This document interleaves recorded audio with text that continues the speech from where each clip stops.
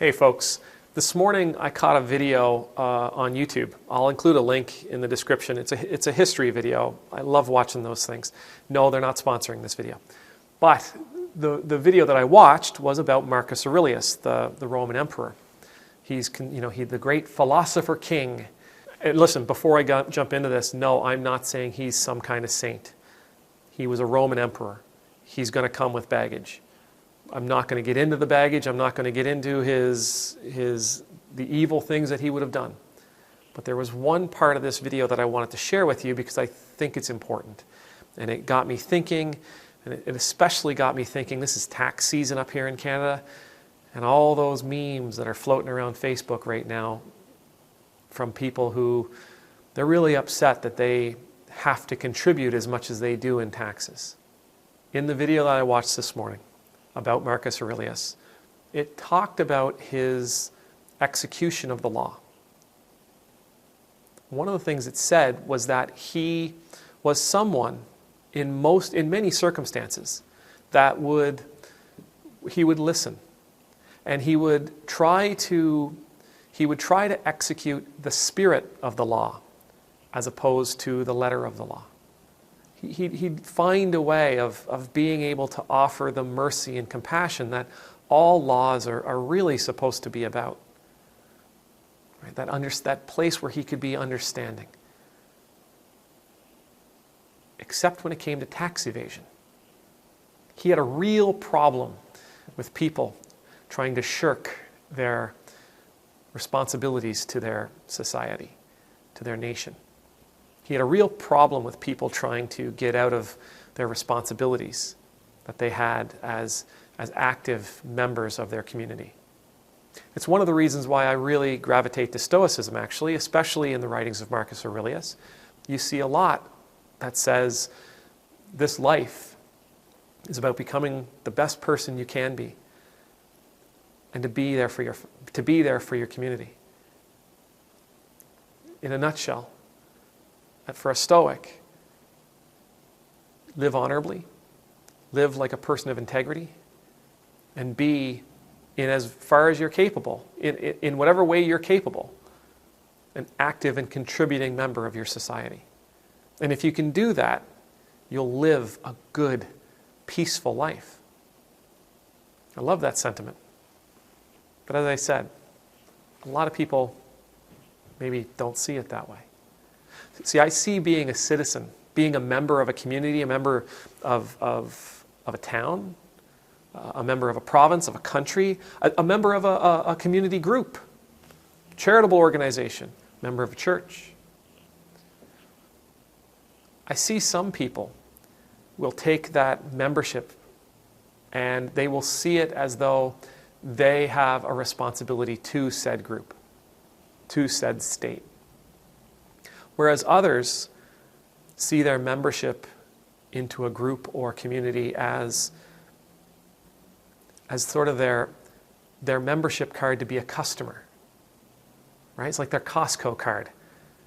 Whereas some people see being a citizen, I'm a Canadian citizen means that I have the rights of a Canadian citizen, but I also have the responsibilities to be, in as far as I am capable, an active and contributing member to this society, whereas others see their citizenship as their right to be a customer of what Canada has to offer. Being a citizen is a huge responsibility. Being a member of a group is a huge responsibility. It's not a burden, though. It's not a burden. It's a responsibility. It's something to be cherished. It's something that many people around the world envy. It's something to be proud of. It's a purpose. It's a purpose for us to gravitate to and to offer ourselves to. As a minister, I don't pay a whole lot of tax. I don't pay a lot of tax, not because the government has like a special tax rate for priests, but because I don't earn very much outside of up into a tax bracket where we would pay tax.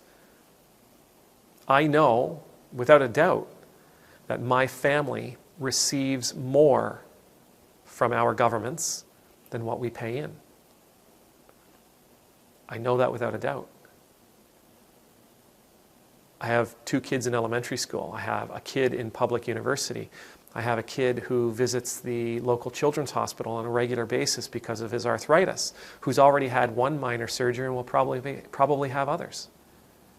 I know full well that I receive more from this state than what I financially contribute. So my wife, myself, my children, we all understand the importance of giving back to our community in whatever ways we can. We understand the importance of being good, contributing citizens in whatever way we are capable. There are other people in my community that I know, they know that they receive more from our governments than what they contribute. This is pretty common. And, with a whole group of people who are collecting more than they're contributing, what we rely on as a nation are people who contribute more than they collect. So if you're one of those people, that you contribute more in taxes than what you get back in the benefits of being a member of this country, thank you. Thank you for taking care of me. Thank you for taking care of my friends and my neighbors. Thank you for looking out for us. Thank you for offering what you can and helping people live better lives. Thank you for helping my son with his medical costs. Thank you for helping my oldest son with the cost of his public university. As citizens of this country, as citizens of a society, whatever society that may be, we have a responsibility to offer what we can, to contribute as best we can. Not just so that we'll be taken care of, but so that our neighbors will be taken care of. So that strangers who live on the other side of the country will be taken care of. So that people in other corners of the world will be taken care of. Coming close to Easter, I think about that it's almost a throwaway line from the gospel. I believe it's in the Gospel of John, where they're talking about Judas Iscariot, and they say, and we all knew he was stealing from the common purse. Now, this is meant to damage Judas's reputation. But it's that line, that's those words, common purse, that always struck me. The disciples walked around with Jesus with a common purse. Whatever money they gathered, whether it was through work or through donations, went into the common purse to look after them all. Peter didn't just take care of Peter. Peter didn't just take care of Peter and Andrew. James and John didn't just take care of each other. They all took care of one another with a common purse. That's the start of a society. And you see it again in the book of Acts. You see all those in the beginning chapters of the book of Acts, and everybody came together. They sold all that they have and they gave it so that it can be used to help the poor and the needy, to take care of their common needs. This, I think, is the society that Jesus would have asked for. A society that takes care of one another. A society that sacrifices for one another. A society where everybody is supposed to be seen as equal. And everybody's contribution, regardless of how much it is or how little, is to be appreciated the same. May the Lord bless you. May the Lord keep you. May the Lord's face be made to shine upon you and be gracious to you. May the Lord's countenance be lifted up to you. And may you always know the peace of being in the Lord's presence.